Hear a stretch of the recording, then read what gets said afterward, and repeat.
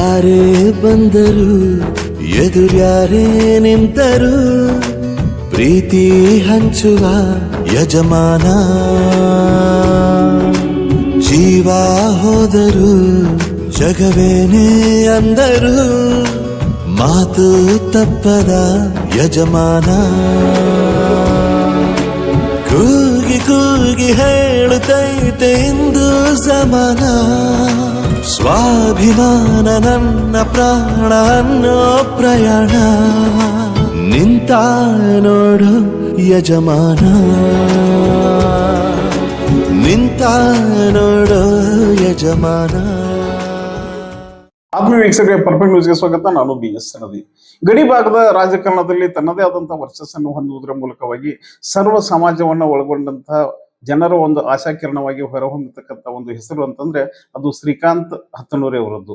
ಕಳೆದ 30-35 ವರ್ಷಗಳಿಂದ ಸಕ್ರಿಯ ರಾಜಕಾರಣದಲ್ಲಿ ಇರತಕ್ಕಂಥ ಶ್ರೀಕಾಂತ್ ಹತ್ತನೂರೆ ಉರ್ಫ್ ಬಂಡು ಹತ್ತನೂರೆ ಅಂತಾನೆ ನಾವು ಇಲ್ಲಿ ಮೆನ್ಷನ್ ಮಾಡ್ತಾ ಇದ್ವಿ. ಯಾಕಂದ್ರೆ ಶ್ರೀಕಾಂತ್ ಹತ್ತನೂರೆ ಅನ್ನೋದಕ್ಕಿಂತ ಬಂಡು ಹತ್ತನೂರೆ ಅಂತಕ್ಕಂಥ ಹೆಸರು ರಾಜಕಾರಣದಲ್ಲಿ ತುಂಬಾ ಮಿಂಚಿನ ಸಂಚಾರ ಮಾಡ್ತಾ ಇದೆ. ಯಾಕಂದ್ರೆ ಒಂದು ಸೌಮ್ಯ ಸ್ವಭಾವವನ್ನು ಹೊಂದುವುದರ ಮೂಲಕ ದ್ವೇಷದ ರಾಜಕಾರಣ ಮಾಡದೆ ಎಲ್ಲರೂ ನಮ್ಮವರು ಅಂತಕ್ಕಂಥ ಮನಸ್ಥಿತಿಯನ್ನ ಇಟ್ಕೊಂಡು ರಾಜಕಾರಣವನ್ನ ಮಾಡಿದಂತ ಕೀರ್ತಿ ಬಂಡು ಹತ್ತನೂರಿಗೆ ಮತ್ತು ಅವರ ಮನೆತನಕ್ಕೆ ಸಲ್ತಾ ಇದೆ.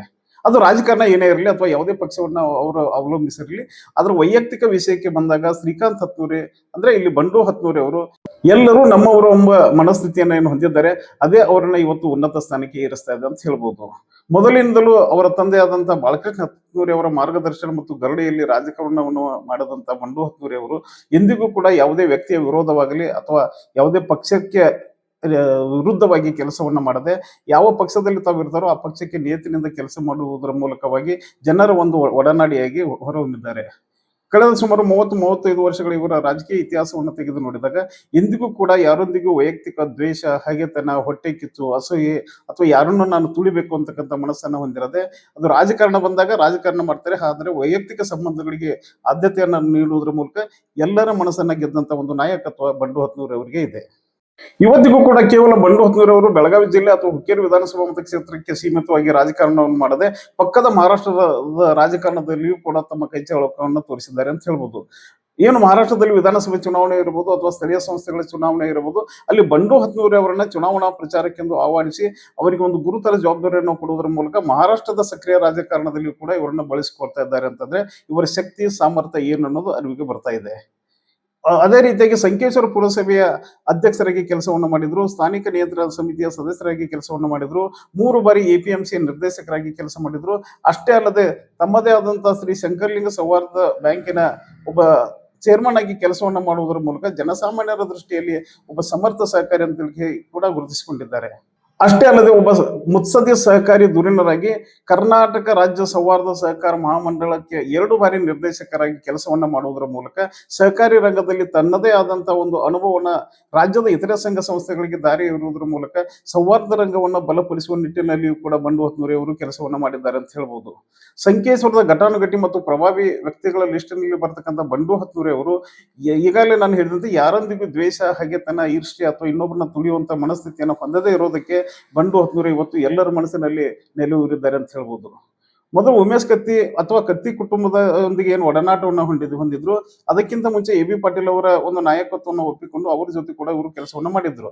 ಆದ್ರೆ ಬದಲಾದ ರಾಜಕಾರಣದ ಸಂದರ್ಭದಲ್ಲಿ ಇವತ್ತು ಸತೀಶ್ ಜಾರಕಿಹೊಳಿ ಮತ್ತು ಬಾಲಚಂದ್ರ ಜಾರಕಿಹೊಳಿ ಅವರ ಗರಡಿಯಲ್ಲಿ ತಯಾರಾಗ್ತಕ್ಕಂಥ ಬಂಡು ಹತ್ತನೂರಿ ಅವರು ಈಗ ಜಾರಕಿಹೊಳಿ ಮನೆತನದ ಅಚ್ಚುಮೆಚ್ಚಿನ ವ್ಯಕ್ತಿಗಳಲ್ಲಿ ಇವರು ಕೂಡ ಹೆಸರನ್ನ ಹೊಂದಿದ್ದಾರೆ.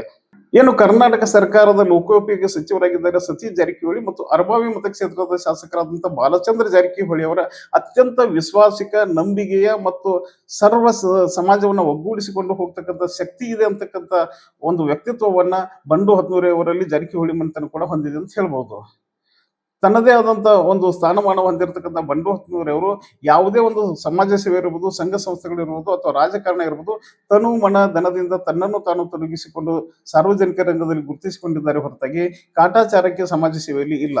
ಅದೇ ರೀತಿಯಾಗಿ ಶಿಕ್ಷಣ ರಂಗದಲ್ಲೂ ಕ್ರಾಂತಿಯನ್ನ ಮಾಡ್ತಕ್ಕಂಥ ಹತ್ತನೂರಿ ಕುಟುಂಬ ಏನು ಹುಕ್ಕೇರಿ ತಾಲೂಕಿನ ಚಿಕ್ಕಾಲೂಗುಡ್ಡ ಗ್ರಾಮದಲ್ಲಿ ಗ್ರಾಮೀಣ ಮಕ್ಕಳ ಒಂದು ಉನ್ನತವಾದ ಶಿಕ್ಷಣವನ್ನು ಅವರಿಗೆ ದೊರಕಿಸಿಕೊಡ್ಬೇಕು ಅಂತಕ್ಕಂಥ ನಿಟ್ಟಿನಲ್ಲಿ ಒಂದು CBSE ಶಾಲೆಯನ್ನು ಆರಂಭಿಸಿ ಇವತ್ತು ಸಾವಿರಾರು ವಿದ್ಯಾರ್ಥಿಗಳ ಪಾಲಿಗೆ ಒಂದು ಭರವಸೆಯ ಆಶಾಕಿರಣವಾಗಿ ಉನ್ನತ ಗುಣಮಟ್ಟದ ಶಿಕ್ಷಣವನ್ನು ಕೊಡುವುದರ ಮೂಲಕವಾಗಿ ಗ್ರಾಮೀಣ ಪ್ರದೇಶದಲ್ಲಿ ಬಂಡು ಹತ್ತನೂರಿ ಅವರು ಒಬ್ಬ ಶಿಕ್ಷಣ ಪ್ರೇಮಿ ಅಂತ ಕೂಡ ಗುರುತಿಸಿಕೊಂಡಿದ್ದಾರೆ.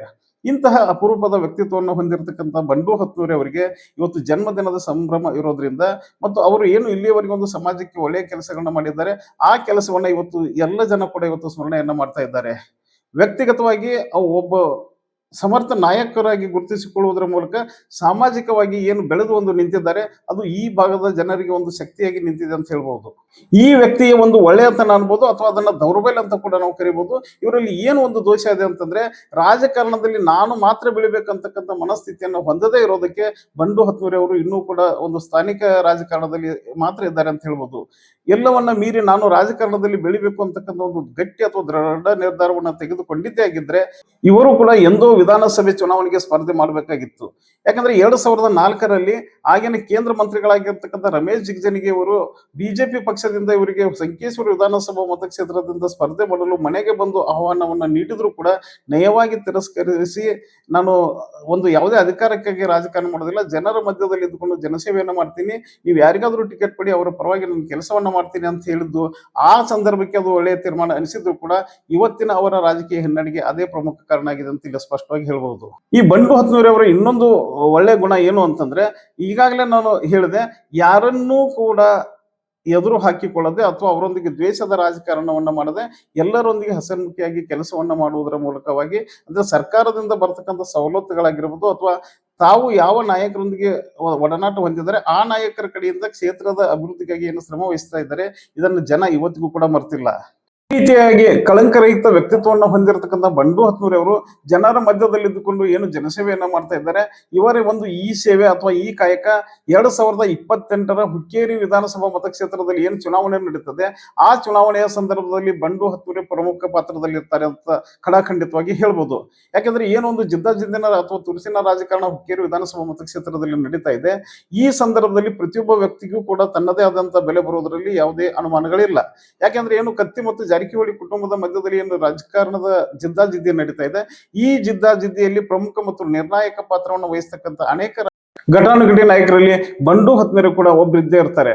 ಯಾಕೆಂದ್ರೆ ಏನು 2028ರ ಚುನಾವಣೆ ಹುಕ್ಕೇರಿ ಮತಕ್ಷೇತ್ರದತ್ತ ಇಡೀ ರಾಜ್ಯದ ಗಮನ ಇರೋದ್ರಿಂದ ಈ ಚುನಾವಣೆಯಲ್ಲಿಯೂ ಪ್ರತಿಯೊಬ್ಬ ವ್ಯಕ್ತಿಯು ಯಾವ್ಯಾವ ಪಕ್ಷಕ್ಕೆ ಅಂಟಿಕೊಂಡಿದ್ದಾರೆ ಅಥವಾ ಯಾವ್ಯಾವ ನಾಯಕರ ಜೊತೆ ಗುರುತಿಸಿಕೊಂಡಿದ್ದಾರೆ ಆ ನಾಯಕರ ಗೆಲುವಿಗಾಗಿ ಅಥವಾ ಆ ನಾಯಕರು ಗುರುತಿಸುವಂತ ಬೆಂಬಲಿಗರ ಗೆಲುವಿಗಾಗಿ ಇವರೆಲ್ಲರೂ ಸೇರಿ ಪ್ರಯತ್ನ ಮಾಡುವುದರಲ್ಲಿ ಯಾವುದೇ ಅನುಮಾನ ಇಲ್ಲ. ಹೀಗಾಗಿ 2028ರ ಹುಕ್ಕೇರಿ ವಿಧಾನಸಭಾ ಮತಕ್ಷೇತ್ರದಲ್ಲಿ ಬಂಡು ಹತ್ನೂರಿ ಅವರು ತನ್ನದೇ ಆದಂತಹ ಪ್ರಾಬಲ್ಯವನ್ನು ಸಾಧಿಸುವುದರ ಮೂಲಕ ಏನು ಸ್ಪರ್ಧೆ ಮಾಡಿರ್ತಾರೆ ಆ ಅಭ್ಯರ್ಥಿಗಳ ಗೆಲುವಿನಲ್ಲಿ ಇವರು ಕೂಡ ನಿರ್ಣಾಯಕ ಪಾತ್ರ ವಹಿಸ್ತಾರೆ ಅಂತ ಹೇಳಿ ಇಲ್ಲಿನ ಜನ ಇವತ್ತಿಗೂ ಕೂಡ ಮಾತಾಡ್ತಾ ಇದ್ದಾರೆ. ಏನೇ ಆಗಲಿ, ಸಜ್ಜನ ರಾಜಕಾರಣವನ್ನು ಹೊಂದುವುದರ ಮೂಲಕ ಯಾರಿಗೂ ಕೇಡನ್ನು ಬಯಸದೇ ಇರತಕ್ಕಂಥ ಅಪರೂಪದ ರಾಜಕಾರಣಿಯಾಗಿರ್ತಕ್ಕಂಥ ಬಂಡು ಹತ್ನೂರಿ ಅವರಿಗೆ ಜನ್ಮದಿನದ ಸಂದರ್ಭದಲ್ಲಿ ಶುಭ ಕೋರ್ತಾ ಭಗವಂತ ಅವರಿಗೆ ಒಳ್ಳೆಯದನ್ನ ಮಾಡಲಿ ಅಂತ ಹೇಳಿ ಆಶಿಸಿ ಈ ವಿಡಿಯೋನ ಇಲ್ಲಿ ಮುಗಿಸ್ತಾ ಇದ್ವಿ. ಎಲ್ಲರಿಗೂ ಒಳ್ಳೆಯದಾಗಲಿ.